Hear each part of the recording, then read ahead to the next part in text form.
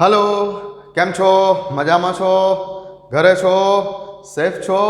Okay, ચાલો તો આપણે ચાલી રહેલા છે ઉદાહરણના અને સ્વાધ્યાયના દાખલા. જેટલા ટોપિક થિયરેટિકલ આપણા પૂરા કરેલ છે એ ટોપિકને રિલેટેડ આપણે દાખલાની પ્રેક્ટિસ ચાલી રહેલી છે અને લાસ્ટ ટાઈમ સુધીમાં આપણે ઉદાહરણ 2.6 સુધીના દાખલાને કમ્પ્લીટ કરેલા છે. ઓકે, આજે આપણે આગળ ચાલીએ છીએ ઉદાહરણના 2.7થી પેજ નંબર 39 ઉપર છે બુકમાં. પેજ નંબર 39 બુકમાં ઉદાહરણ 2.7. બધા ધ્યાન આપે, બુક લઈને બેસી જાઓ, નોટ પેન લઈને બેસી જાઓ. શરૂ કરીએ છીએ. આજે આપણે મેક્સિમમ સ્વાધ્યાયના લગભગ 2.10 સુધીના દાખલા પતાવી દેવાના છે. બરાબર છે? ચાલો. ઉદાહરણ 2.7. 100 વોટનો એક ગોળો બલ્બ 400 નેનોમીટર તરંગ લંબાઈ ધરાવતા એકવર્ણીય પ્રકાશનું ઉત્સર્જન કરે છે. એક બલ્બ છે, એ બલ્બનો પાવર શું છે? 100 વોટ. તો લખી દઉં છું આ જગ્યા ઉપર કે બલ્બ આપેલ છે, બલ્બનો જે પાવર છે એ બલ્બનો જે પાવર કેટલો છે? 100 વોટ. WATT watt. હવે એકચ્યુઅલી જે વોટ છે ને, પાવરનો એકમ વોટ, વોટનો મિનિંગ શું થાય? યાદ રાખજો, જૂલ પ્રતિ સેકન્ડ. વોટનો મિનિંગ શું થાય? વોટ. 25 વોટનો ગોળો, 5 વોટનો ગોળો, 10 વોટનો ગોળો, વોટનો મિનિંગ થાય જૂલ પર સેકન્ડ. તો 100 વોટ આપેલું છે, એના બરાબર આપણે લખી શકીએ છીએ કે 100 જૂલ પ્રતિ સેકન્ડ. એક સેકન્ડમાં 100 જૂલ જેટલી કઈ એનર્જી જે છે તે વાપરે છે. આનો અર્થ એવો થયો. અથવા એક સેકન્ડમાં 100 જૂલ જેટલું તે કાર્ય કરે છે. આનો અર્થ કંઈક એવો થયો ફિઝિક્સની ભાષામાં. ઓકે, હવે 400 નેનોમીટર તરંગ લંબાઈ ધરાવતા એકવર્ણીય પ્રકાશનું ઉત્સર્જન કરે છે. આ બલ્બમાંથી 100 વોલ્ટના બલ્બમાંથી, આ સપોઝ કે આ બલ્બ ચેટાવેલો છે, આ બલ્બ સળગાવેલો છે, આ બલ્બમાંથી જે પ્રકાશ આવી રહેલો છે, એકવર્ણીય પ્રકાશ આવે છે. એટલે એક જ તરંગ લંબાઈ હશે. કેટલી છે? 400 સમથિંગ. કેટલી છે? યસ, 400 નેનોમીટર તરંગ લંબાઈ ધરાવતો પ્રકાશ આમાંથી નીકળી રહેલો છે. પ્રકાશ આમાંથી નીકળી રહેલો છે કે જેની તરંગ લંબાઈ આટલી છે, 400 નેનોમીટર જેટલી છે. તો અહીંયા હું લખી દઉં લેમ્બડાની વેલ્યુ કેટલી છે? 400 નેનોમીટર જેટલી છે. હવે નેનોમીટર છે એટલે એને મીટરમાં જ ફેરવી નાખું. નેનોમીટર છે એટલે એને મીટરમાં ફેરવી નાખું. કેટલા? તો કે 400 ગુણ્યા 10⁹ મીટર લખી દઈશ. ક્લિયર છે? ઓકે. કેમ કે આપણે મોસ્ટ પ્રોબેબલી આપણે બધા જ દાખલાને એસઆઈ એકમ પદ્ધતિમાં જ ગણીશું. તો નેનોમીટર છે તો મીટરમાં ફેરવી નાખ્યા. તો હવે મારી પાસે લેમ્બડાની વેલ્યુ છે. શું પૂછેલું છે? ગોળા વડે પ્રતિ સેકન્ડ ઉત્સર્જિત થતા ફોટોનની સંખ્યા ગણો. પ્રતિ સેકન્ડ ઉત્સર્જિત થતા ફોટોનની સંખ્યા ગણો. એક સેકન્ડમાં કેટલા પ્રકાશના કણો એટલે કે ફોટોન અથવા બોલી શકે છે ક્વોન્ટમની સંખ્યા ગણો. ક્વોન્ટમ એટલે જ ફોટોન. મેક્સ પ્લાન્કે ક્વોન્ટમ નામ આપેલું, આઇન્સ્ટાઈને ફોટોન નામ આપ્યું. પ્રકાશના કણ સ્વરૂપ છે, પ્રકાશના કણને. તો ફોટોનની સંખ્યા ગણો અથવા બોલી શકો છો કે ક્વોન્ટમની સંખ્યા ગણો. આવું આવી શકે. ચાલો, તો પહેલાં તો હું શું છે, એક ફોટોનની એનર્જી શોધી કાઢું. પહેલાં એક ફોટોનની એનર્જી એટલે કે E શોધવા માટેનું સૂત્ર શું છે? તો E બરાબર h ઇન્ટુ ન્યૂ. હવે ન્યૂની કિંમત ખબર છે. ન્યૂ ઇક્વલ ટુ શું? તો કે ન્યૂ ઇક્વલ ટુ તો C ડિવાઇડેડ બાય લેમ્બડા. તો હવે ન્યૂની વેલ્યુ આપણે અહીંયા મૂકીએ તો આપણું બીજું સૂત્ર આવતું હતું શું? કે E બરાબર h into C divided by lambda. Okay, ચાલો. તો એનર્જી E તરંગ લંબાઈના ફોર્મમાં લખવું હોય તો એનર્જી E બરાબર h into C divided by lambda. હવે hની વેલ્યુ અને cની વેલ્યુ કોઈ પણ દાખલામાં ફિક્સ જ છે. h એટલે શું? તો કે પ્લાન્કનો અચળાંક. અને c એટલે શું? પ્રકાશનો વેગ. બંનેની વેલ્યુ કોઈ પણ દાખલામાં ફિક્સ જ છે. તો hની વેલ્યુ કેટલી? તો hની વેલ્યુ છે 6.626 ગુણ્યા 10⁻34 જૂલ ઇન્ટુ સેકન્ડ એકમ હશે એનો, અને ઇન્ટુ વેલોસિટી ઓફ લાઇટ પ્રકાશનો વેગ c કેટલું 3 × 10⁸ મીટર પર સેકન્ડ. આ બેની વેલ્યુ ફિક્સ જ છે દરેક દાખલામાં. ઓકે, તરંગ લંબાઈ લેમ્બડાની વેલ્યુ છે મીટરમાં કેટલી? આટલી છે. હવે 400 ગુણ્યા 10 ઓછા 9 ઘાત, તો આના બરાબર હું 4 ગુણ્યા 10 2 ઘાત લખી શકું ને, ગુણ્યા 10 ઓછા 9 ઘાત લખી શકું ને. 9 માંથી 2 જાય એટલે કેટલા? 4 ગુણ્યા 10 ઓછા 7 ઘાત મીટર. આવું પણ લખી શકું છું. ઓકે, ચાલો તો વેલ્યુ મૂકી દઉં નીચે, 4 ગુણ્યા 10 ઓછા 7 ઘાત મીટર. ઓકે, હવે સિમ્પલ કેલ્ક્યુલેટરની ઉપર ગણતરી કરવાની છે. યાદ રાખજો, તમારે છે ને આ બેનો ગુણાકાર, આ જે બે સંખ્યા છે આ બેનો ગુણાકાર તમારે મેક્સિમમ ઘણા બધા દાખલાઓમાં આવશે. h ઇન્ટુ સીનો ગુણાકાર, આ બેનો ગુણાકાર તમારે ઘણા બધા દાખલાઓમાં આવશે, વારંવાર રિપીટ થશે. તો હું એવું કહું છું કે આ બેનો જે ગુણાકાર છે h ઇન્ટુ સીનો ગુણાકાર, એની વેલ્યુ પણ તમે યાદ રાખી દો. h ઇન્ટુ સીનો ગુણાકારની વેલ્યુ યાદ રાખી દો. કેટલી? 19.87 ગુણ્યા 10 ઓછા 26 ઘાત.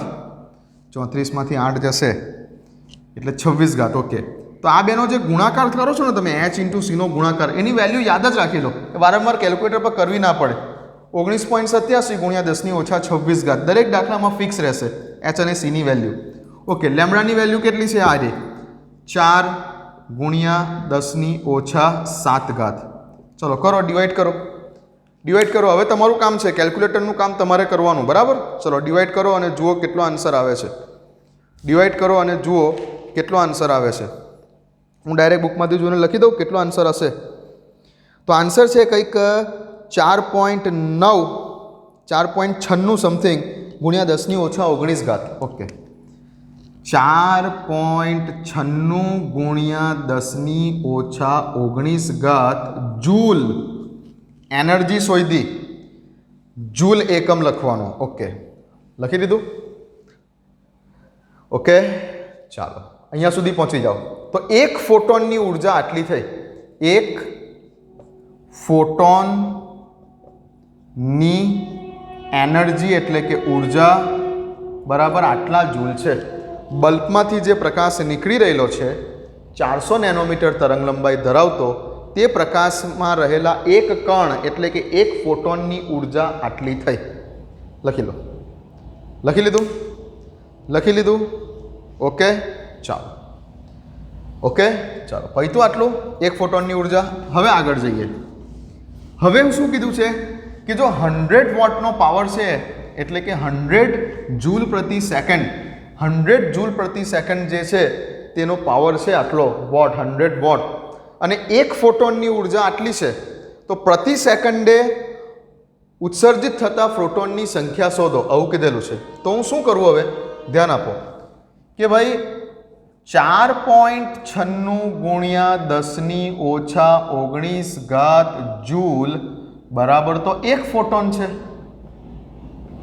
હવે જો આટલો પાવર યુઝ કરતો હોય 100 વોટ એટલે કે 100 જૂલ પર સેકન્ડ, તો જો આટલા જૂલ બરાબર એક ફોટોન માટે જો 100 જૂલ હોય, જૂલ પ્રતિ સેકન્ડ હોય પાવર યુઝ એનો, તો કેટલા ફોટોન બહાર નીકળતા હશે? આટલા જૂલે એક ફોટોન છે, આપણે ગણતરી કરીને લઈ આવ્યા. તો જો આટલા જૂલ બરાબર એક ફોટોન છે, તો 100 જૂલ પર સેકન્ડ, વોટનો મિનિંગ થયો જૂલ પર સેકન્ડ, તો 100 જૂલ પર સેકન્ડ જો તેનો પાવર યુઝ થતો હોય તો જૂલ પર સેકન્ડ જ છે, તો એક સેકન્ડમાં કેટલા ફોટોન નીકળતા હશે મળી જશે. તો શું કરશો હવે? 100 ઇન્ટુ 1 ડિવાઇડેડ બાય 4.96 ઇન્ટુ 10⁻⁻19. આનો એકમ શું છે? તો કે જૂલ પર સેકન્ડ. આનો એકમ શું છે? તો કે જૂલ. જે લખી દો ખાલી જૂલ. આ જૂલ કેન્સલ થઈ જશે એટલે પ્રતિ સેકન્ડ ફોટોનની સંખ્યા મળી જશે. જુઓ કેટલો આન્સર છે? 2.012 ઇન્ટુ 10⁻20. ઓકે, પ્રતિ સેકન્ડ છે, જૂલ પ્રતિ સેકન્ડ છે, એટલે ક્યાં તો લખો સેકન્ડ ઇનવર્સ અથવા લખો એકમ શું લખો એનો? હર્ટ્સ. ઓકે, ચાલો સેકન્ડ ઇનવર્સ ચાલશે, લખી લો.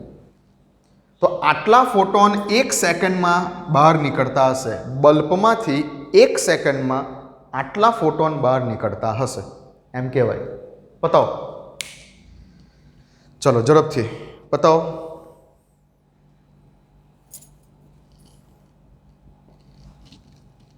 ચાલો ભાઈ, તો ઓકે, જઈએ આગળ. ઉદાહરણ 2.8 ઉપર જઈએ છે, લખી લો બાકી હોય તો. ઉદાહરણ 2.8 ઉપર જઈએ છે હવે. ચાલો,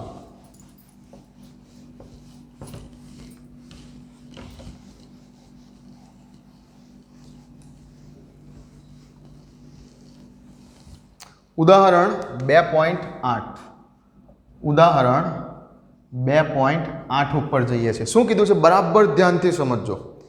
આ મોસ્ટ ઇમ્પોર્ટન્ટ એક્ઝામ્પલ છે. આ એક્ઝામ્પલ આખી ફોટો ઇલેક્ટ્રિક અસરના કોન્સેપ્ટ જેની અંદર આવી જાય છે એવો બુકનો મોસ્ટ ઇમ્પોર્ટન્ટ એક્ઝામ્પલ છે. Most important example. જો બાય ચાન્સ લોકડાઉન ખુલે અને જો તમે સ્કૂલ ચાલુ થાય અને સ્કૂલમાં જો તમારી કંઈક બાય ચાન્સ પરીક્ષા ગોઠવાય તો મેક્સિમમ પોસિબિલિટી છે કે આ દાખલો તમારા સ્કૂલના ક્વેશ્ચન પેપરમાં આવી શકે. મેક્સિમમ. ઓકે, ચાલો. જ્યારે વિદ્યુત ચુંબકીય વિકિરણ કે જેની તરંગ લંબાઈ 300 નેનોમીટર છે, સ્ટેપ બાય સ્ટેપ કામ કરતા જવાનું.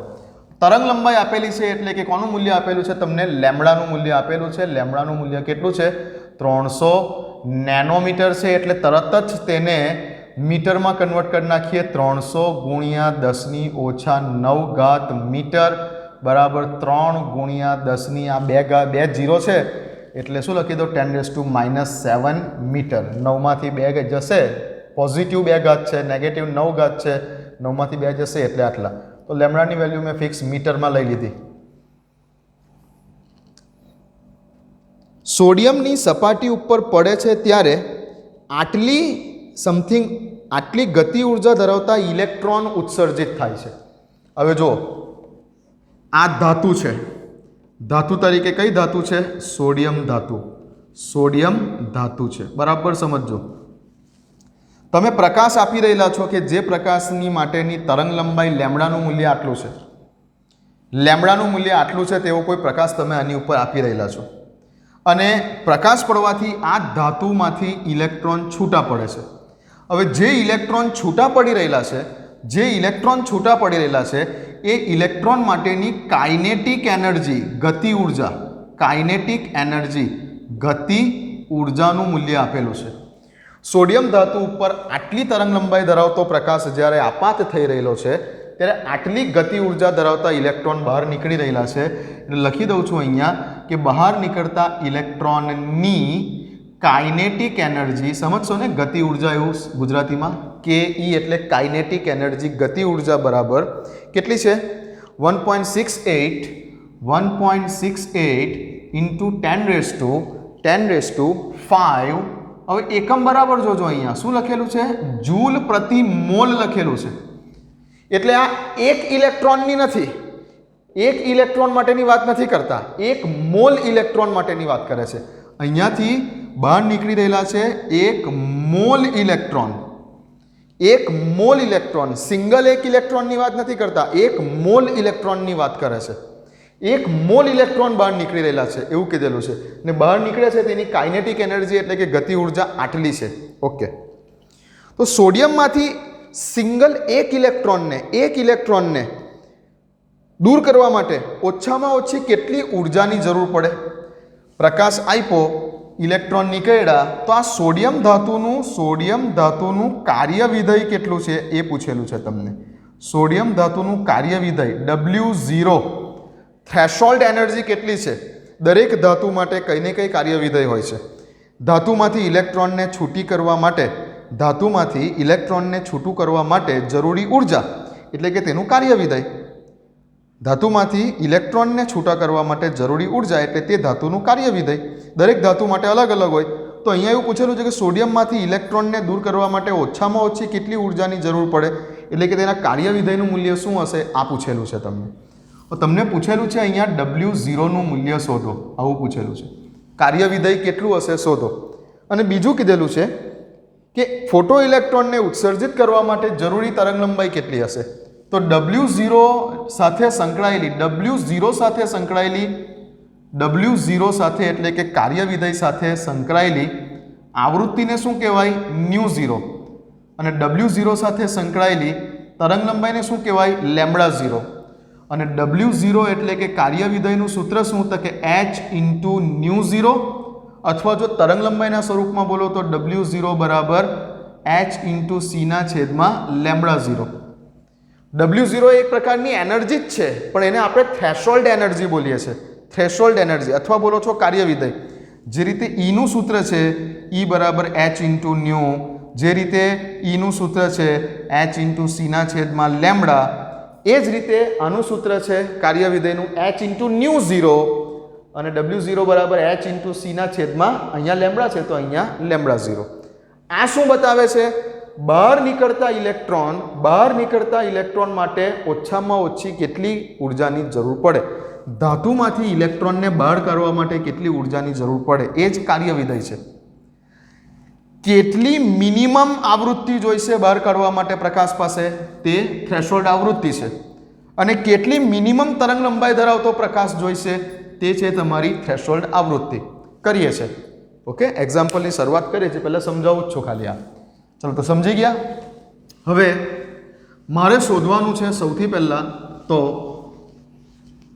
આ W0 ની વેલ્યુ શોધવાની કીધી છે. W0 ની વેલ્યુ શોધવાની કીધી છે. ઓકે, ચાલો. અહીંયા જે મને આપેલું છે ઇલેક્ટ્રોનની ગતિ ઉર્જા એટલે કે કાઇનેટિક એનર્જી, એ મને જૂલ પ્રતિ મોલમાં આપેલી છે. મારે બે વસ્તુ શોધવાની છે. W0 શોધવાની છે એક તો દાખલામાં, અને બીજું શોધવાનું છે મારે λ0. આ બે વેલ્યુ મારે શોધવાની છે દાખલામાં. હવે બુક ભૂલી જાઓ, હવે ધ્યાન આપો. અહીંયા બહાર નીકળતા ઇલેક્ટ્રોનની ગતિ ઉર્જા જૂલમાં નથી આપી, જૂલ પ્રતિ મોલમાં આપી છે. એટલે 1 મોલ ઇલેક્ટ્રોન બહાર નીકળી રહેલા છે. અને પૂછે છે એવું કે 1 ઇલેક્ટ્રોન માટે ફાઇનલી. તો આપણે એક કામ કરીએ, આ જૂલ પ્રતિ મોલ છે, 1 મોલ ઇલેક્ટ્રોન માટેની જે એનર્જી આપેલી છે તેને સિંગલ 1 ઇલેક્ટ્રોન માટે કેટલી એ શોધી કાઢીએ. તો શું કરીએ આપણે? 1 મોલ માટેની ઉર્જા આટલી છે, ગતિ ઉર્જા. તો હું શું લખું? 1 મોલ એટલે કેટલા? 1 મોલ એટલે કેટલા? હવે 1 મોલ કેરી હોય, 1 મોલ ચીકુ હોય, 1 મોલ શું કહેવાય કે બટાકા હોય, 1 મોલ ટામેટા હોય, 1 મોલ ઇલેક્ટ્રોન હોય, 1 મોલ પ્રોટોન હોય, કંઈ પણ હોય. 1 મોલનો અર્થ શું થયો એવોગેડ્રો નંબર પ્રમાણે? તો કે 6.022 ગુણ્યા 10⁻23. 1 મોલનો અર્થ આવો થયો. કોઈ પણ વસ્તુ હોય 1 મોલનો અર્થ આવો થયો, 6.022 ગુણ્યા 10⁻23. તો શું લખું હવે અહીંયા હું કે ભાઈ 6.022 ગુણ્યા 10⁻23 ઇલેક્ટ્રોનની ગતિ ઉર્જા કાઇનેટિક એનર્જી બરાબર આટલી 1.68 ગુણ્યા 10⁵ જૂલ. 1 મોલનો અર્થ આવો થયો, જૂલ પ્રતિ મોલ લખેલું છે એટલે. તો આટલા ઇલેક્ટ્રોનની કાઇનેટિક એનર્જી આટલી છે. તો સિંગલ 1 ઇલેક્ટ્રોનની કેટલી માટે 1 ઇલેક્ટ્રોનની કાઇનેટિક એનર્જી ગતિ ઉર્જા કેટલી થાય? સિમ્પલ વાત કરી દઈએ આપણે આવું. ચાલો, તો શું થશે? માટે 1 × this 1.68 × 10⁵ divided by this 6.022 × 10⁻23 is equal to, કરો કેલ્ક્યુલેટર ઉપર. હવે ચોપડીને સાઈડ પર મૂકી દો, હવે ચોપડીનું કામ નથી. હવે દાખલો મારી રીતે કરો. કેલ્ક્યુલેટર લઈ લો, ગણતરી કરો. શું આવે છે આન્સર જુઓ. કરો ગણતરી, આન્સર જુઓ શું આવે છે. 0.278 × 10 કરો કેલ્ક્યુલેટર પર કેટલા આવે છે? તો 10⁻23 5 જશે, આ 23 ઉપર જશે, ઓછા 23 5 જશે, 18 જૂલ. 1 ઇલેક્ટ્રોનની ગતિ ઉર્જા આવી. આ 1 ઇલેક્ટ્રોન માટેની ગતિ ઉર્જા. જે સિંગલ 1 ઇલેક્ટ્રોન બહાર નીકળશે, આ 1 મોલ ઇલેક્ટ્રોન બહાર નીકળતા હતા આટલી ગતિ ઉર્જા લઈને. હવે 1 ઇલેક્ટ્રોન માટેની ગતિ ઉર્જા આવી ગઈ. લખી લો આટલી. ચલો પતાવો. 1 ઇલેક્ટ્રોનની ગતિ ઉર્જા આટલી છે. લખી દીધું? ચાલો યાદ રાખજો. તો હવે અહીંયા લખી દઉં છું ઉપર કે એક ઇલેક્ટ્રોનની કાઇનેટિક એનર્જી બરાબર 0.278 ગુણ્યા 10⁻18 જૂલ. એક ઇલેક્ટ્રોનની આવી ઉપર, એક મોલ ઇલેક્ટ્રોન માટે આપેલી હતી. ચાલો ભાઈ તું આટલું પહેલું સ્ટેપ પતી ગયું. હા, તો હવે તમને સિંગલ એક ઇલેક્ટ્રોનની ગતિ ઉર્જા મળી ગઈ. હવે તમે જે પ્રકાશ આપી રહેલા છો ધાતુની સપાટી ઉપર, તમે જે પ્રકાશ આપી રહેલા છો, આટલી તરંગ લંબાઈ ધરાવતો પ્રકાશ તમે આપી રહેલા છો, તો એ પ્રકાશની ઉર્જા કેટલી છે? જે આપી રહેલા છો એ પ્રકાશની ઉર્જા કેટલી છે? ધાતુની સપાટી ઉપર તમે પ્રકાશ આપો છો અને પ્રકાશ આપવાથી ઇલેક્ટ્રોન જે બહાર નીકળે છે તેની ગતિ ઉર્જા આટલી છે. પણ તમે જે પ્રકાશ આપી રહેલા છો કેટલી તરંગ લંબાઈ ધરાવતો? આટલી તરંગ લંબાઈ ધરાવતો. તો એ પ્રકાશની ઉર્જા કેટલી છે એ શોધવી છે હવે આપણે. તો એના માટેનું સૂત્ર શું છે? Energy E is equal to H into C divided by lambda. હવે મેં તમને અત્યારે જ કીધું કે H અને C ની વેલ્યુ તમારે મેક્સિમમ બધા જ દાખલામાં મૂકવાની આવશે અને તે ફિક્સ જ છે. H એટલે કે પ્લાન્ક અચળાંક, C એટલે કે પ્રકાશનો વેગ.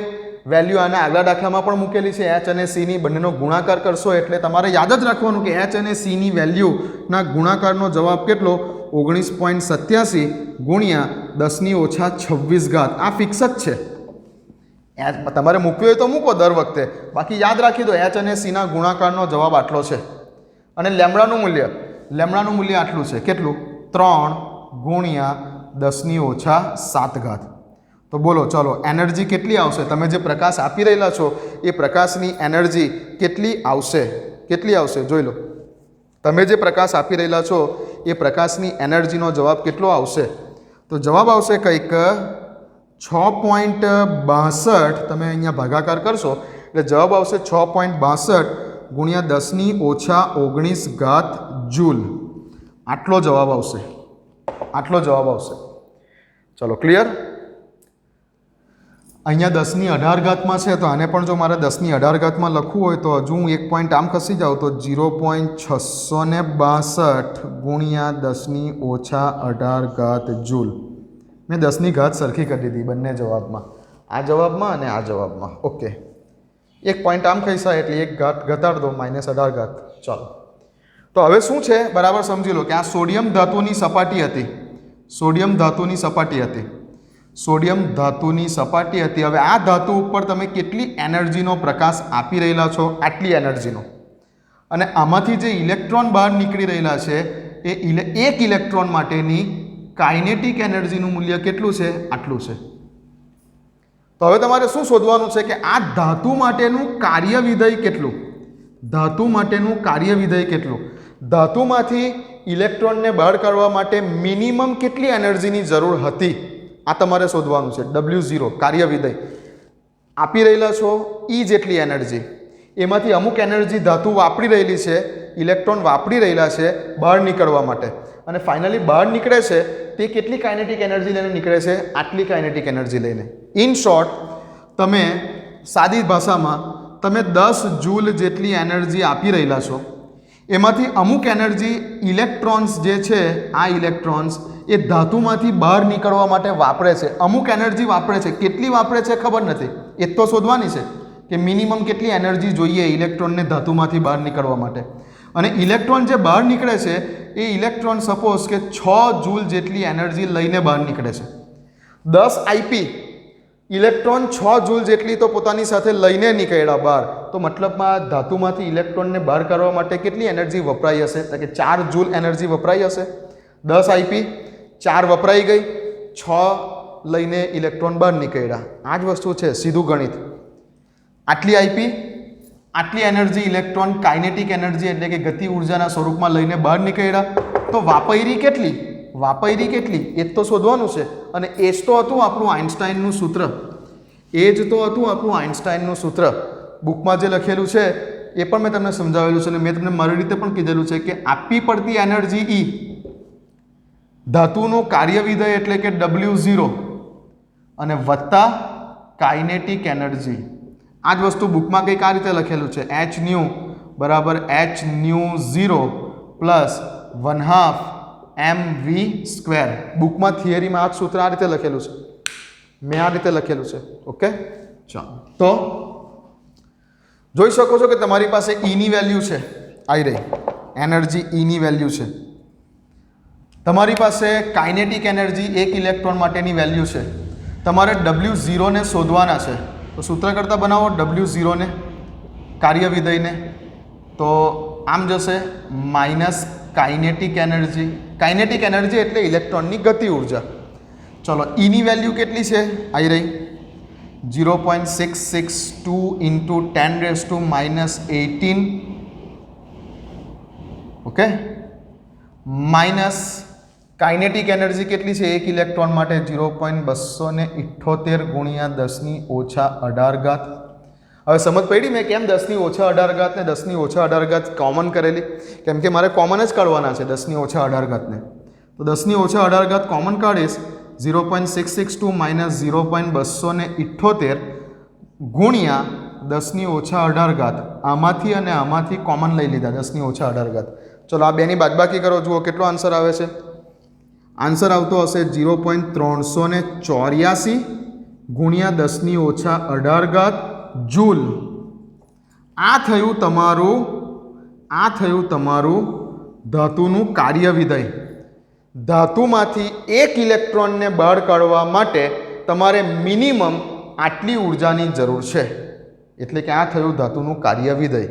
પહેલો જવાબ આવી ગયો જે પૂછેલું છે તે. લખો, હટી જાઓ, લખો.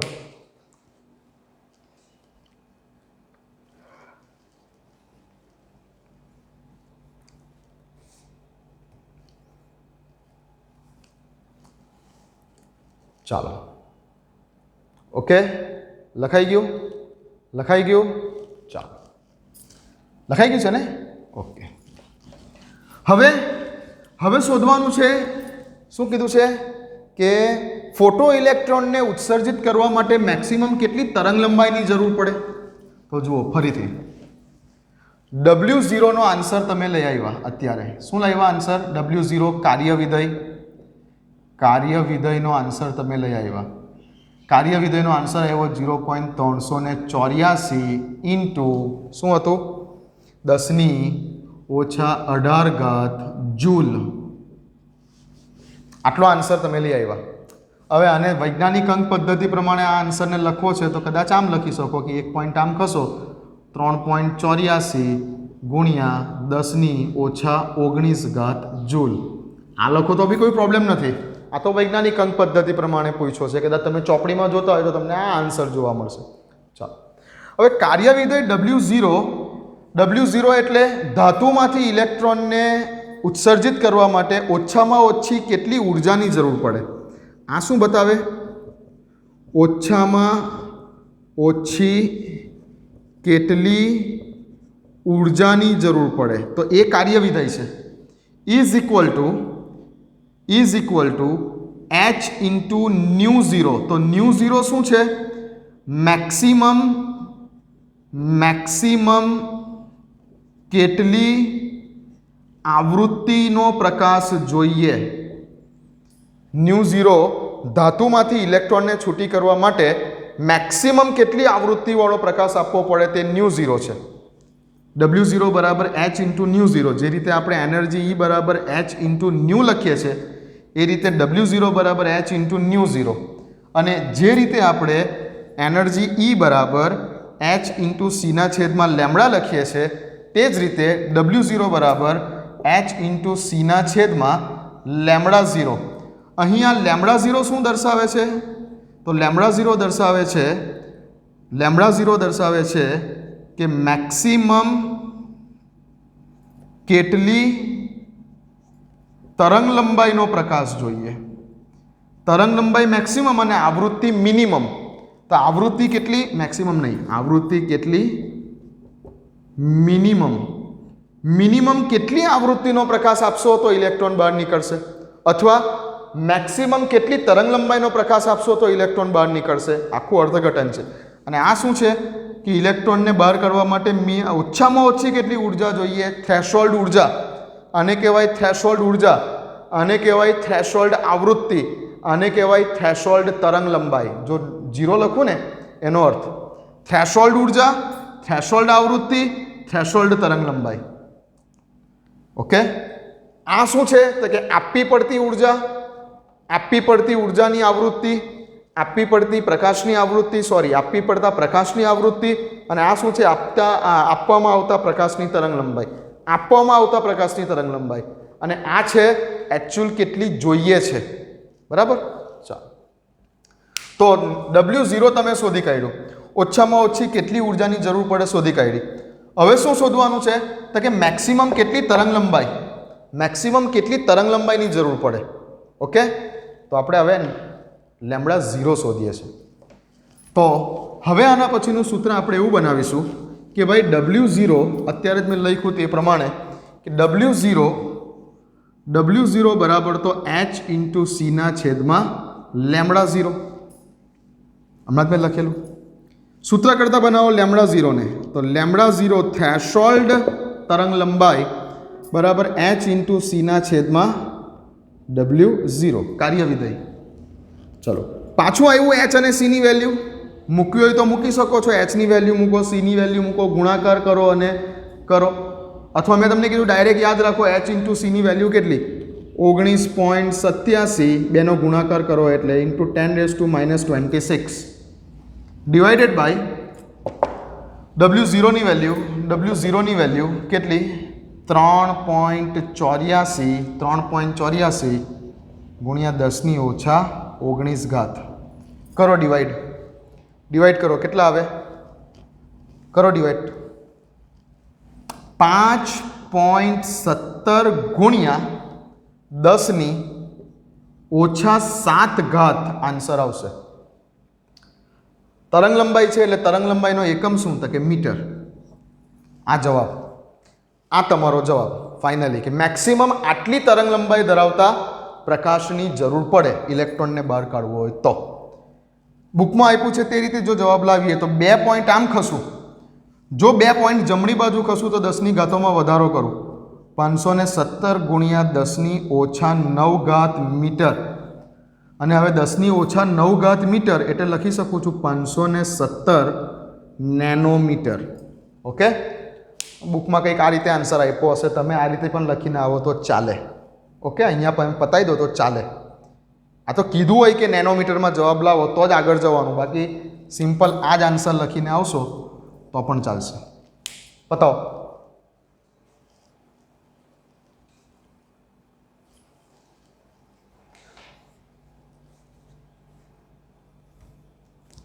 તો મોસ્ટ ઇમ્પોર્ટન્ટ એક્ઝામ્પલ હતો આ એક્ઝામ્પલને તમારે 2 થી 3 વાર ગણી કાઢજો. આ એક્ઝામ્પલને 1 વાર મારી સાથે ગણ્યો અત્યારે, હવે પછી જોયા વગર બીજી 2 વાર આ એક્ઝામ્પલ ગણી દેજો. મોસ્ટ ઇમ્પોર્ટન્ટ એક્ઝામ્પલ છે. ઓકે, ચાલો. આ જ ટાઈપનો એક્ઝામ્પલ બીજો સ્વાધ્યાયમાં પણ છે. આ જ ટાઈપનો સેમ એક્ઝામ્પલ સ્વાધ્યાયમાં પણ છે. ચલો પતાવો ભાઈ. તો ઓકે, તો આ આપણે 2.8 સુધીના ઉદાહરણના દાખલા ગણ્યા. હવે આપણે સ્વાધ્યાયના દાખલાઓ ઉપર જઈએ. ચાલો, હવે સ્વાધ્યાય કાઢો ચોપડીમાં. ઉદાહરણના 2.8 સુધીના દાખલા થયા. આપણી જેટલી થિયરીઓ ચાલેલી છે એ થિયરીને અનુલક્ષીને આપણે અત્યાર સુધીના દાખલા ગણ્યા. હવે સીધા આવી જાઓ તમે સ્વાધ્યાય ઉપર. ચાલો આવી જાઓ. સ્વાધ્યાય છે પેજ નંબર 65 ઉપર, 65, પેજ નંબર 65 બુકમાં, પેજ નંબર 65, ફર્સ્ટ એક્ઝામ્પલ. ચાલો ધ્યાન આપો. ઇલેક્ટ્રોનની સંખ્યા ગણો કે જેટલા ઇલેક્ટ્રોનને ભેગા કરવાથી વજન 1 ગ્રામ થાય. હવે એકદમ ઓર્ડિનરી એક્ઝામ્પલ છે. કેટલા ઇલેક્ટ્રોનને ભેગા કરીએ તો તેનું વજન 1 ગ્રામ થાય આવું કીધેલું છે. હવે તમને એક ઇલેક્ટ્રોનનું દળ ખબર છે ને? કેટલું એક ઇલેક્ટ્રોનનું દળ? થોમ્સનવાળા પ્રયોગ પછી મુલિકને જે પ્રયોગ કરીને E/mનો રેશિયો આપેલો, મેં તમને પેલું એલિમિનેશન પણ બતાવેલું, અને પછી ફાઇનલી ઇલેક્ટ્રોનનું દળ નક્કી થયેલું છે. કેટલું? તો ઇલેક્ટ્રોનનું દળ બરાબર હોય છે 9.1 ઇન્ટુ 10⁻31 કિલોગ્રામ ઇલેક્ટ્રોનનું દળ આટલું છે. પણ અહીંયા આપણને પૂછેલું છે ગ્રામમાં, તો હવે મારે કિલોગ્રામને શેમાં ફેરવી કાઢું? ગ્રામમાં ફેરવી કાઢું. કિલોગ્રામને ગ્રામમાં કન્વર્ટ કરવા માટે મારે 1000 વડે ગુણવા પડે. 1 કિલોગ્રામ બરાબર 1000 ગ્રામ. 1000 લખું એની કરતાં 10⁻³ લખી દઉં. તો જો હું આ વેલ્યુને 10⁻³ વડે ગુણી કાઢીશ તો મારા ઇલેક્ટ્રોનનું દળ જે કિલોગ્રામમાં છે તે શેમાં આવી જશે? ગ્રામમાં. તો 9.1 ઇન્ટુ 10⁻31 ઇન્ટુ 10⁻³ કરીશ એટલે મારો જવાબ ગ્રામમાં આવશે. પહેલાં તો ઇલેક્ટ્રોનનું દળ ગ્રામમાં શોધ્યું કહેવાય. 31 માંથી 3 જશે એટલે કેટલા બાકી રહેશે? સમથિંગ 28 બાકી રહેશે. 29, 30, 31 લખી દો. અહીંયા આવે 10⁻28 ગ્રામ ઇલેક્ટ્રોનનું દળ ગ્રામમાં લઈ આવ્યા. પહેલાં તો આ 1 ઇલેક્ટ્રોનનું દળ છે. 1 ઇલેક્ટ્રોનનું દળ આટલું છે. આ તો સિમ્પલ વસ્તુ છે. સિમ્પલ વસ્તુ કીધેલી છે કે ભાઈ સપોઝ કે એક સફરજનનું દળ 20 ગ્રામ જેટલું છે. સિમ્પલ આવું. એક સફરજનનું દળ 20 ગ્રામ જેટલું છે. તો 100 ગ્રામ જેટલું દળ હોય ટોટલ સફરજનનું, એમાં કેટલા સફરજન હોય? 5 સફરજન હોય કે નહીં?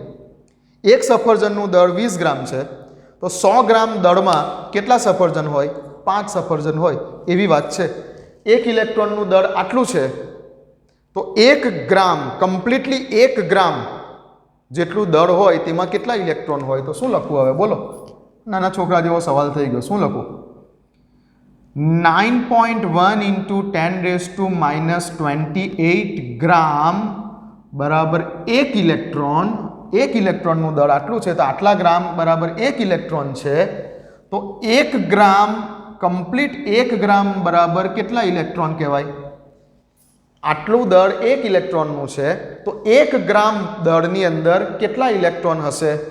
1 into 1 divide by this, 1 into 1 divide by this, 9.1 into 10⁻28 કરો. જે આવે તે આન્સર, જે આવશે તે answer. Okay, something 0.109 into 10⁻28 electrons આવશે આન્સરમાં. કરી નાખજો. ચાલો, એક નોર્મલ એક્ઝામ્પલ છે.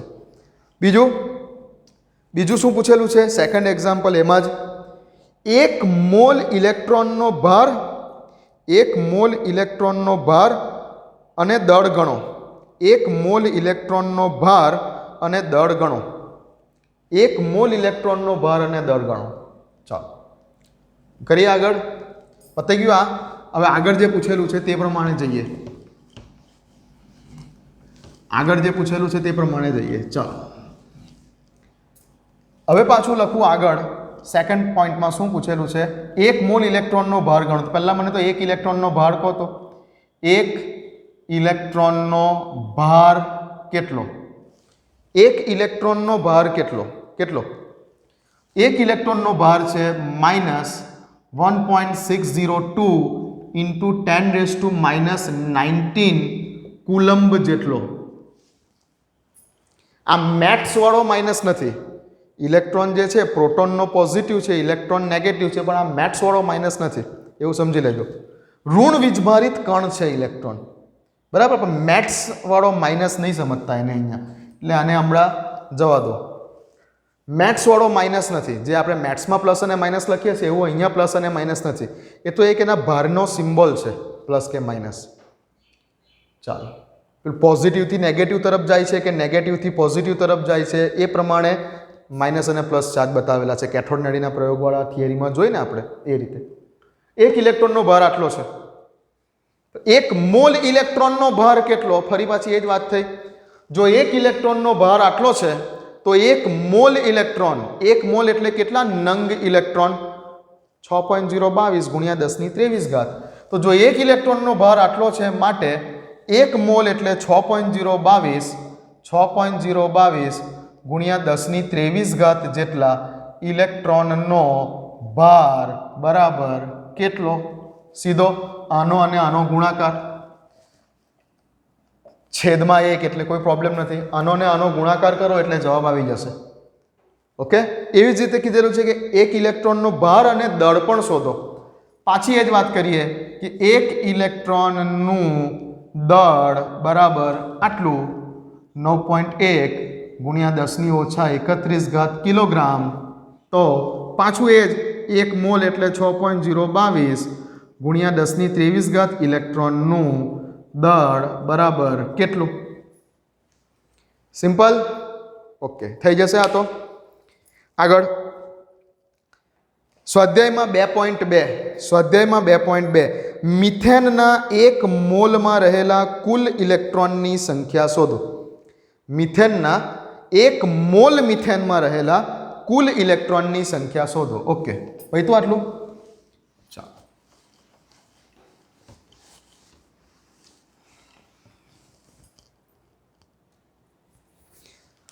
તો સ્વાધ્યાયમાં 2.2 સ્વાધ્યાયમાં 2.2 એમાં પહેલું એવું કીધેલું છે કે મિથેનના 1 મોલમાં રહેલા ઇલેક્ટ્રોનની સંખ્યા શોધો. ચલો, મિથેનનું સૂત્ર આ છે CH4. મિથેનનું સૂત્ર પહેલાં તો CH4, મિથેન ગેસ. હવે મિથેન છે તો મિથેનમાં 1 કાર્બન છે.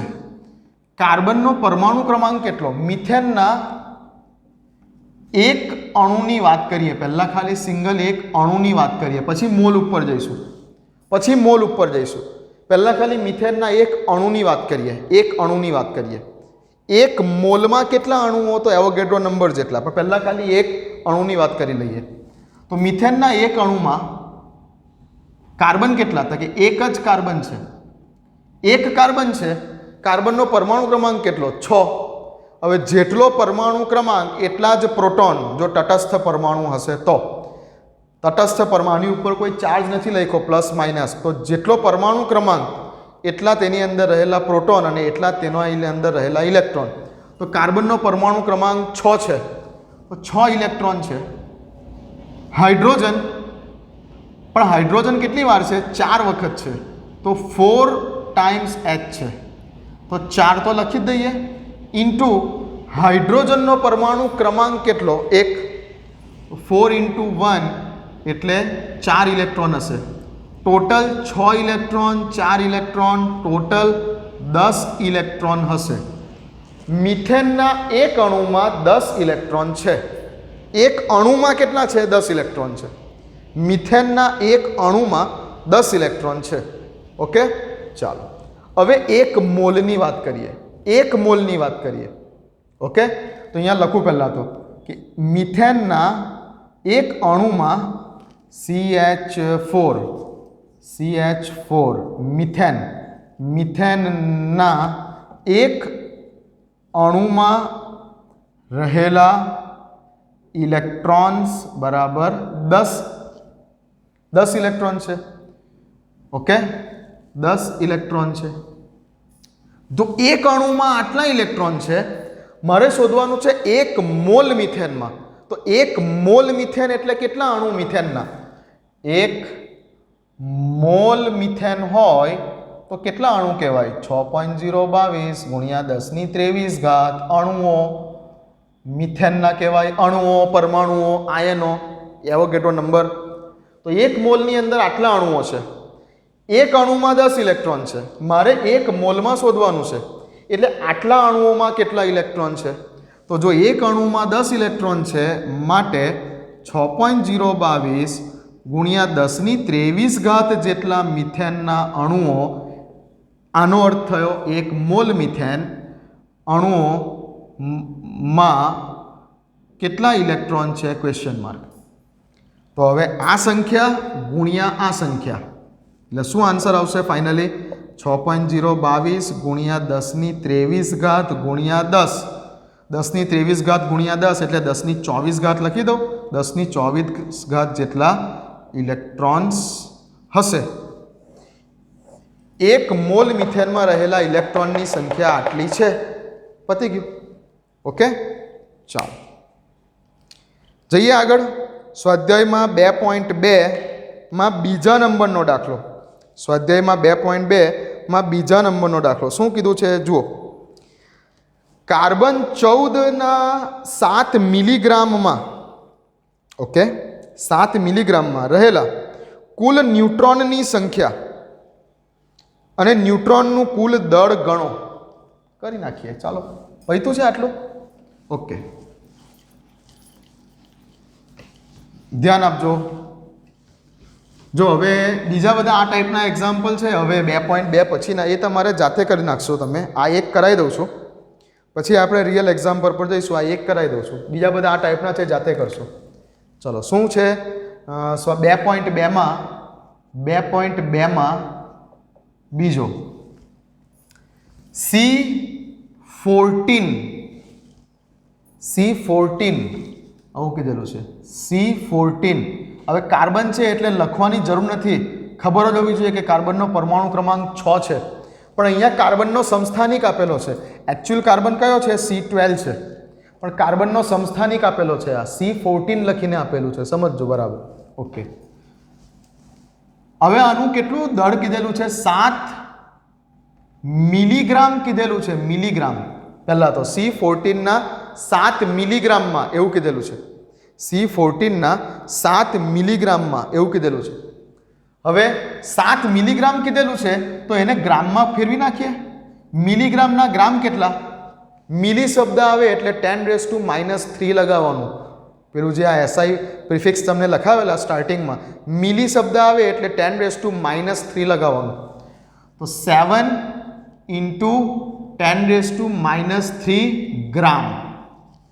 આ C14નું જે દળ આપેલું છે તેને આપણે ગ્રામમાં લખ્યું, મિલીગ્રામમાંથી ગ્રામમાં. હવે હું મોલ શોધી કાઢું. મોલ બરાબર શું? તો કે વજન એટલે કે દળના છેદમાં મોલર દળ. અણુભાર, વજનના છેદમાં અણુભાર, દળના છેદમાં મોલર દળ, જે લખો તે. વજનના છેદમાં અણુભાર. ઓકે, દળ કેટલું છે ગ્રામમાં? તો કે 7 × 10⁻³ ગ્રામ ના છેદમાં તેનું મોલર દળ કેટલું? તો કે આવી રહ્યું મોલર દળ, આવી રહ્યું મોલર દળ 14. ઉપર લખેલી સંખ્યાને પરમાણુનો ભાર કહેવાય અથવા તો મોલર દળ કહેવાય. અહીંયા AMUમાં બોલતા હોય તો પરમાણુ, અને જો ગ્રામમાં બોલતા હોય તો મોલર દળ AMUમાં અને ગ્રામમાં સરખું જ આવે. તો 14 જે છે તે ગ્રામ, એનું મોલર દળ, ઉપર લખેલી સંખ્યા.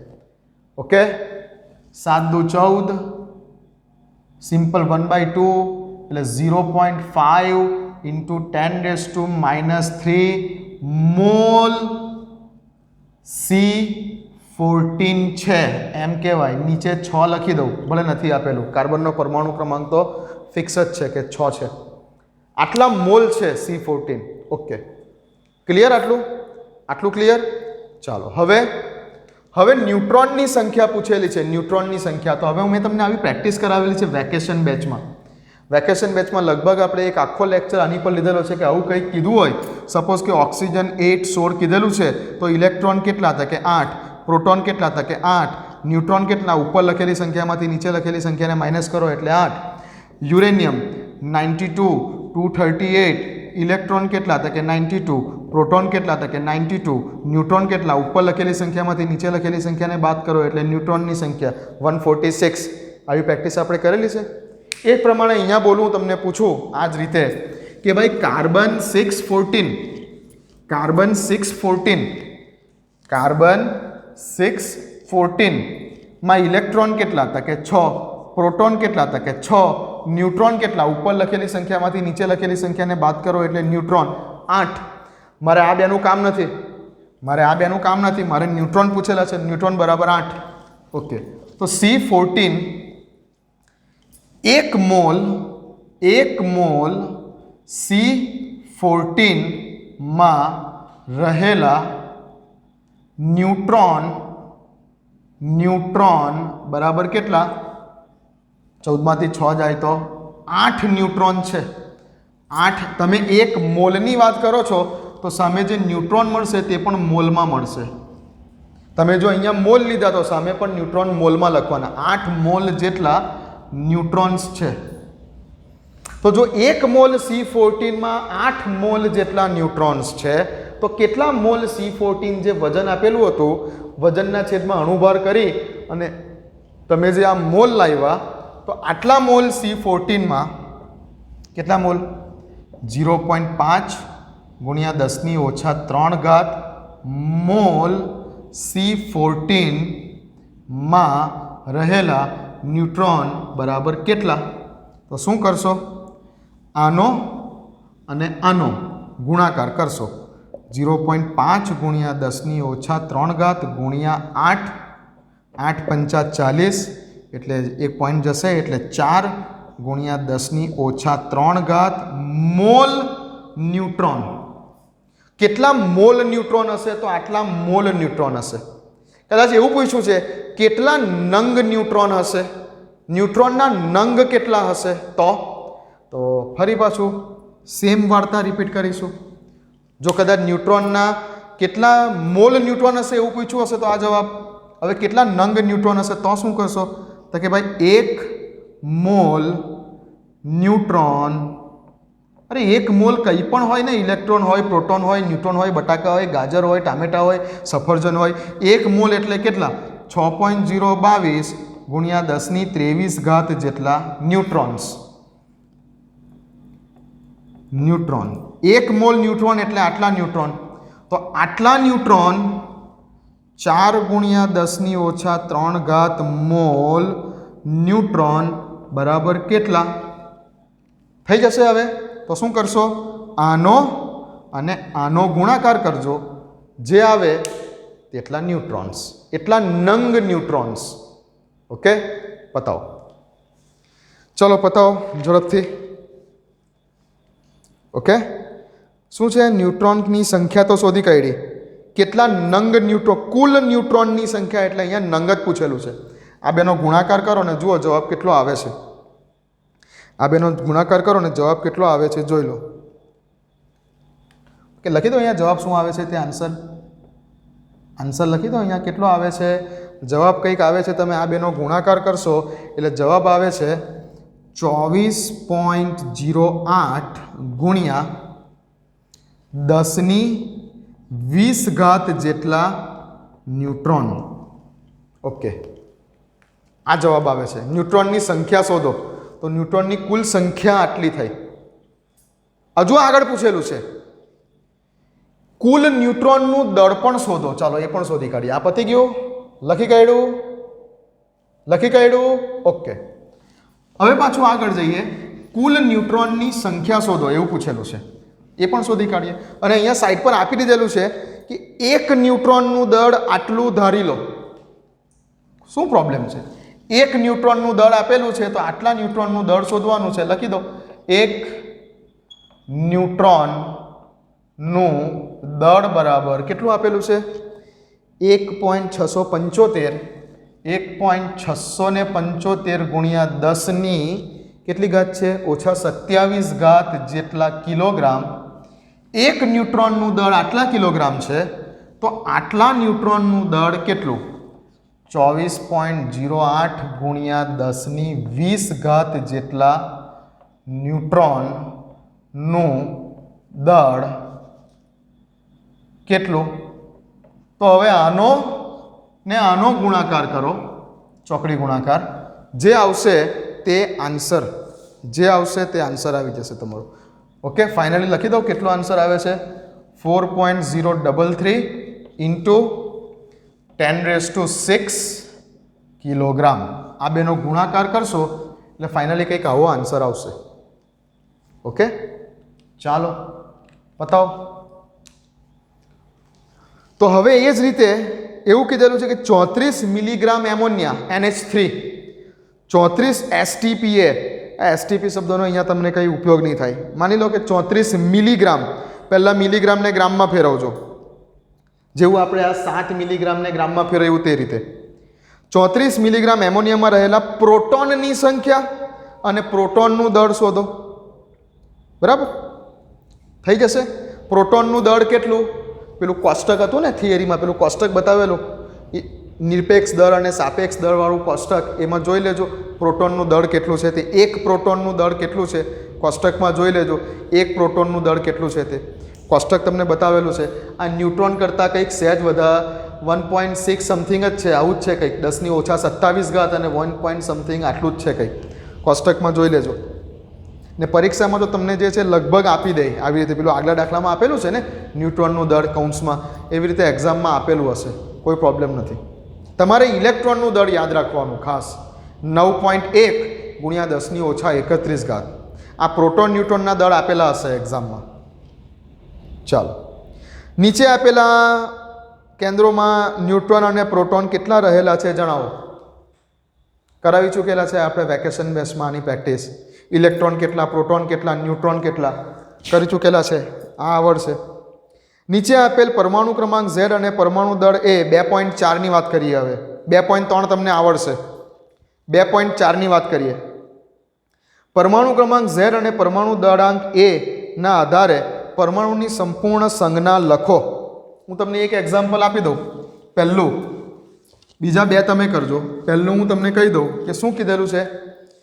પરમાણુ ક્રમાંક Z 17 છે.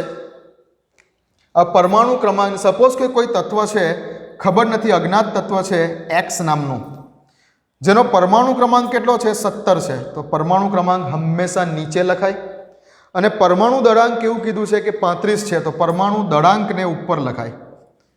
તો આ થઈ ગઈ તત્વની સંજ્ઞા. બટ હવે આ X શું છે, કયું તત્વ છે? તો જેનો પરમાણુ ક્રમાંક 17 છે, જેનો પરમાણુ ક્રમાંક 17 છે એવું તત્વ કયું છે? ક્લોરીન છે. ક્લોરીન 17 અને ઉપર કીધેલું છે 35, તો 35 લખીએ. એકચ્યુઅલ 35.5 છે ક્લોરીન માટે, પણ અહીંયા 35 કીધેલું છે તો 35 લખીએ. હવે આ તત્વ કયું અને એ શું છે એ તમને એકચ્યુઅલી ત્રીજું ચેપ્ટર ચાલે ને આવર્ત કોષ્ટકવાળું, ત્યારે તમને બધી આઈડિયા આવે. આવર્ત કોષ્ટકવાળું ચેપ્ટર ચાલે પછી એક્ઝેક્ટલી ખબર પડે કે ભાઈ કયા તત્વનો પરમાણુ ક્રમાંક એક્ઝેક્ટલી કયો છે. આવર્ત કોષ્ટકવાળું ત્રીજા નંબરનું ચેપ્ટર ચાલે પછી, બરાબર? જોજો ત્રીજા નંબરના ચેપ્ટર પર જજો, આવર્ત કોષ્ટક કાઢજો, અને પરમાણુ ક્રમાંક 17 છે તો ક્લોરીન, પરમાણુ ક્રમાંક 92 છે એવું તત્વ કયું? પરમાણુ ક્રમાંક 92 છે તેવું તત્વ કયું? યુરેનિયમ. જોઈ લેજો, યુરેનિયમ યુ. અને પરમાણુ ક્રમાંક 4 છે તેવું તત્વ કયું? કયું? Beryllium. Hydrogen, helium, lithium, beryllium. પરમાણુ ક્રમાંક 4 બેરેલિયમ તત્વ, BE. તો આવી રીતે લખી દેવાનું છે 17, 35. પછી બીજું સપોઝ કે 92 છે તો યુરેનિયમ, ચાલો લખી જ આપું, યુરેનિયમ 92 અને ઉપર કેટલા? 233 લખશો.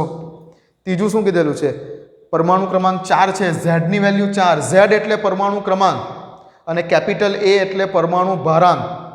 તો બેરેલિયમ નામનું તત્વ કે જેનો પરમાણુ ક્રમાંક 4 છે અને પરમાણુ દળાંક 9 છે. આ રીતે સંજ્ઞા સ્વરૂપે લખવાના કીધેલા છે 2.4માં. ઓકે, ચાલો સ્વાધ્યાયમાં 2.5, સ્વાધ્યાયમાં 2.5મા નંબરનો દાખલા પર જઈએ હવે. ઓકે, લખી લીધેલું છે ને આ? સ્વાધ્યાયમાં 2.5મા નંબરના દાખલા પર જઈએ. ચાલો, આજે આ છેલ્લો દાખલો ગણીએ છે, પછી જે છે તે બીજા દાખલા નેક્સ્ટ ટાઈમ ગણીશું અને થોડાક તમને હોમવર્કમાં આપીશ. આજે આ છેલ્લો દાખલો. સોડિયમ લેમ્પમાંથી ઉત્સર્જિત થતો પીળો પ્રકાશ 580 નેનોમીટર તરંગ લંબાઈ ધરાવે છે. ઝડપથી, લેમડા બરાબર 580 નેનોમીટર ઇઝ ઇક્વલ ટુ 580 ગુણ્યા 10⁻9 metre is equal to 2 point આમ ખસી જાઓ, 5.8 ઇન્ટુ 10⁻7 મીટર. કોઈ પ્રોબ્લેમ નથી? ઓકે, તો આવૃત્તિ અને તરંગ સંખ્યા કેટલી હશે? હવે આ દાખલો મારે કરાવવાની તમને જરૂર નથી. ચાલો, આવૃત્તિ એટલે કે ન્યૂ પૂછેલું છે, nu equal to C divided by lambda. C ની વેલ્યુ ફિક્સ છે, કેટલી? 3 ઇન્ટુ 10⁸ મીટર પર સેકન્ડ. લેમડાની વેલ્યુ 5.8 ઇન્ટુ 10⁻7 મીટર. જે આવશે તમારો જવાબ. આવૃત્તિ છે એટલે એકમ લખો, ક્યાં સેકન્ડ ઇન્વર્સ લખશો, ક્યાં તમે શું લખી શકો છો? હર્ટ્ઝ. ભાગાકાર કરો, જવાબ આવી જશે. ઓકે, આ પહેલી વસ્તુ જે પૂછેલી છે તે. બીજું શું પૂછેલું છે? તરંગ સંખ્યા શોધો. તરંગ સંખ્યા એટલે V bar. V bar is equal to 1 divided by तरंग लंबाई लेमड़ा 1 डिवाइडेड बाय तरंग लंबाई लेमड़ा तरंग लंबाई लेमड़ा तरंग लंबाई लेमड़ाનું મૂલ્ય 5.8 ગુણ્યા 10⁻7 ઘાત 1 ભાગ્યા આટલા કરો જે આવશે તે જવાબ આનો એકમ મીટર હતો આનો એકમ મીટર ઇન્વર્સ તરંગ સંખ્યા શોધો એટલે એકમ મીટર ઇન્વર્સ 1 ભાગ્યા 5.8 કરો જે આવશે તે જવાબ લગભગ 0.17 આવશે ઇન્ટુ 10⁻⁻7 ઘાત ઉપર જશે એટલે 7 અહીંયા 3 ભાગ્યા 5.8 કરો એટલે જવાબ 0.517 આવશે ઇન્ટુ 7 દૂ 14 ને 15 10⁻15 ઘાત આવશે આ જવાબ હવે તમને સ્વાધ્યાયના દાખલા બધા જે છે તે જાતે કરી શકો એમ છો હું તો કરાવીશ જ જો મેં તમને પહેલાં જ કીધેલું છે એક વસ્તુ હું છોડું નહીં તમે જે કરી શકવાના છો એ વસ્તુ તમને કદાચ હોમવર્કમાં આપું કે તમે કરી શકવાના હોવ જાતે એવું મને લાગે તો એ તમને કદાચ હોમવર્કમાં આપું બાકી હું એક પણ વસ્તુ છોડું નહીં બરાબર હવે તમે કદાચ જે છે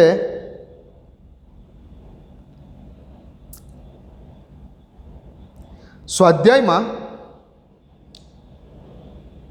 2.6 2.7 અને 2.8 2.6 2.7 અને 2.8 કરી શકો છો જાતે આ તમારું હોમવર્ક છે સ્વાધ્યાયમાં 2.6 2.7 અને 2.8 આ ત્રણ દાખલા 2.6 2.7 2.8 હવે 2.7માં આવર્ત સમય પૂછેલો છે હવે આવર્ત સમય સમજી લેજો આવર્ત સમય 2.7માં તમને આવર્ત સમય પૂછેલો છે આવર્ત સમય એટલે આવર્તકાળ આવર્ત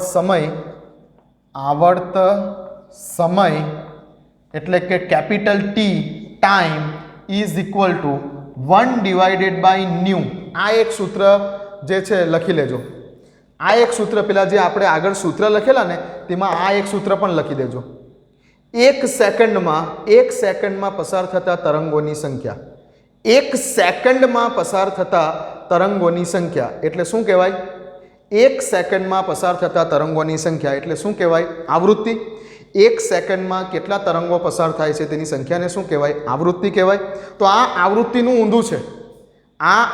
ઊંધું છે કે એક તરંગને પસાર થવા માટે કેટલો સમય લાગે છે એ આવર્તકાળ એક તરંગને પસાર થવા માટે કેટલો સમય લાગે છે તે આવર્તકાળ આવૃત્તિ એટલે શું 1 સેકન્ડમાં કેટલા તરંગો પસાર થાય છે તે થઈ આવૃત્તિ 1 સેકન્ડમાં કેટલા તરંગો પસાર થાય છે એનો મતલબ થયો આવૃત્તિ જ્યારે આવર્તકાળ એટલે શું એક તરંગને પસાર થવા માટે કેટલો સમય લાગે છે તે આવર્તકાળ તો આવર્તકાળ એ આવૃત્તિનો વ્યસ્ત છે એટલે કે આવર્તકાળ બરાબર 1/, આવૃત્તિ એક આ વસ્તુ છે તમને 2.7મા નંબરના દાખલામાં જરૂર પડશે આ સૂત્રની જે આગળ સૂત્ર લખાવતી વખતે રહી ગયેલું તો 2.6 2.7 અને 2.8 આ ત્રણ દાખલા તમારા હોમવર્કના છે હોમવર્ક કરીને મને પિક્સ ફોટા પાડીને મોકલવાના છે બરાબર ને હવે બી સિરિયસ હવેથી બી સિરિયસ હવે એકચ્યુઅલી ખરેખર સિલેબસ બિલકુલ ટ્રેક ઉપર આવી ગયો છે